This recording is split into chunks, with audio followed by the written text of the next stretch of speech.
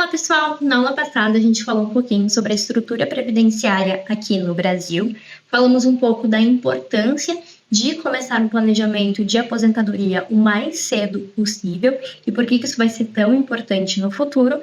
E agora a gente vai falar mais especificamente dos planos PGBL e VGBL, que são os planos da Previdência Complementar. Se vocês lembram, nas aulas anteriores eu mencionei que a Previdência Social, que é regida pelo INSS, ela tem um caráter onde quem trabalha hoje paga a aposentadoria de quem está aposentado.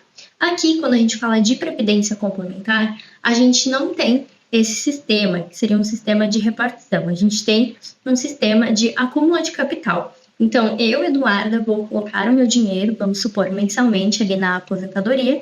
Esse dinheiro vai sendo guardado, onde eu coloquei, vai sendo rentabilizado e no futuro eu vou retirar esse dinheiro que eu fui colocando ao longo da vida. Então, é um sistema diferente do que o observado no sistema público, onde quem banca os aposentados de hoje, quem financia os aposentados de hoje, são os trabalhadores de hoje. Então, essa é a principal diferença. E aí, quando a gente olha, a gente tem na Previdência Complementar o PGBL e o VGBL, os dois funcionam nesse sistema de capitalização, onde eu vou colocando meu dinheiro, ele vai sendo rentabilizado, e lá no final eu vou retirar esse dinheiro que eu acumulei ao longo da vida, mas eles possuem aí algumas diferenças entre eles. Vamos começar falando um pouquinho então do PGBL. O PGBL, ele pode ser retirado em pagamento único ou renda mensal, isso vale tanto para o PGBL quanto para o VGBL, então eu posso ir acumulando ao longo dos meses e fazendo os meus aportes, e lá no final eu posso decidir se eu quero receber todo aquele dinheiro de uma vez ou se eu quero que ele seja pago em renda mensal. Quando a gente fala de planejamento, a gente sempre dá a indicação de que seja escolhido o recebimento de uma renda mensal, porque muitas vezes, se for um pagamento único, a gente vai ter aquela bolada de dinheiro nas nossas mãos e muitas vezes a gente não sabe o que fazer e acaba gastando de maneira não consciente. Então, o ideal é que lá no futuro, quando você for realizar esse resgate, você for começar a receber sua previdência, você escolha renda mensal e não pagamento único. Então, isso vale tanto para PGBL quanto para VGBL. Além disso, tanto no PGBL quanto no VGBL, a gente tem a remuneração sobre os aportes e a rentabilidade. E a principal diferença entre eles diz respeito à questão do imposto de renda. Então, no PGBL, caso você contribua para um plano que é PGBL de previdência, você pode ter redução de até 12% da sua renda bruta anual se você fizer a declaração de imposto de renda completa. Então, na hora que você for preencher o seu imposto de renda, você deve optar pelo completo, pela declaração completa, e aí você pode ter até 12% da sua renda descontada ali do IR, caso você faça aportes para esse plano. Isso não acontece no VGBL, é a principal diferença, mas além disso a gente também tem diferença sobre o imposto de renda que incide na hora que você for retirar, for receber esses valores que foram acumulados ao longo dos anos, tanto se você optar pela renda mensal quanto pelo pagamento único.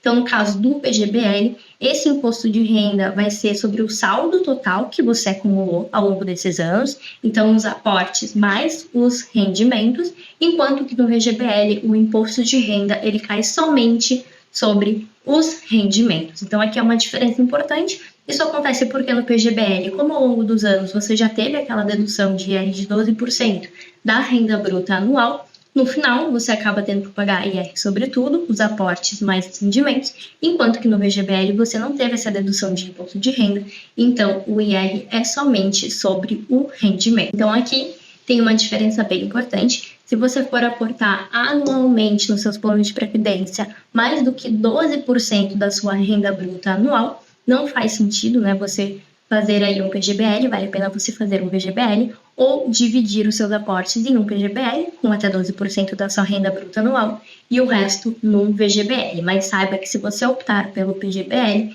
lá no final o imposto de renda vai ser sobre o saldo total, enquanto que no VGBL o imposto de renda vai ser sobre o rendimento. Aqui também não tem certo e errado, vai depender do que você usa para fazer o seu imposto de renda, quanto tempo você pretende deixar esse valor, fazer aportes, deixar esse valor ali rendendo, mas saiba então que existem essas diferenças e aí, claro, vai depender do seu contexto. Além disso, a gente tem que observar que existem diferentes tipos de benefício quando você opta por uma previdência complementar, e aí isso vai ser definido por cada tipo de contrato. Então, a gente pode ter benefícios tanto vitalícios quanto temporários. Os vitalícios são aqueles que vão continuar aí até você falecer. Os temporários geralmente são ali por 10 anos, 20 anos, enfim, vai depender da instituição qual você está firmando o contrato. E ainda há tipos de contratos que podem ser reversíveis a beneficiários por tempo vitalício, por tempo de prazo certo. Então, todos esses são aspectos bem importantes de serem observados na hora de começar a aportar em um plano de previdência complementar. Então, além da decisão de PGBL ou VGBL, você também vai ter que escolher o seu tipo de benefício, se você quer vitalício, temporário. Aqui também vai depender se você tem dependente, se você tem cônjuges e você gostaria de deixar uma parte dessa previdência para eles. Então, tudo também depende do seu momento e do seu estilo de vida, né? Isso aqui também é definido, então, em contrato e também deve ser observado. Por fim, outros pontos importantes estão relacionados ao valor do benefício. O valor do benefício ele é influenciado não só pela contribuição que você faz ao longo do tempo, mas também pelos custos do fundo no qual você está colocando dinheiro. Então, o seu dinheiro, né, você vai aportando como se fosse um fundo de investimento. Tem uma taxa de administração que precisa ser paga para quem está fazendo a gestão desses recursos ao longo do tempo. Então, isso também é um ponto importante de observar. A rentabilidade também é importante de ser observada, pois vai definir o valor do seu benefício lá na frente. Então, é um acompanhamento que deve ser feito. Hoje já existe a possibilidade de portabilidade entre fundos de previdência. Então, caso você esteja em algum fundo que não está apresentando um resultado favorável, você pode fazer a operação respeitando algumas regras. Isso também influencia o valor do seu benefício. E lembre-se, né, assim como a aposentadoria que a gente tem pelo sistema público, que é atualizado por algum indicador, principalmente ali de inflação, aqui também é importante observar qual vai ser o índice de atualização desse benefício.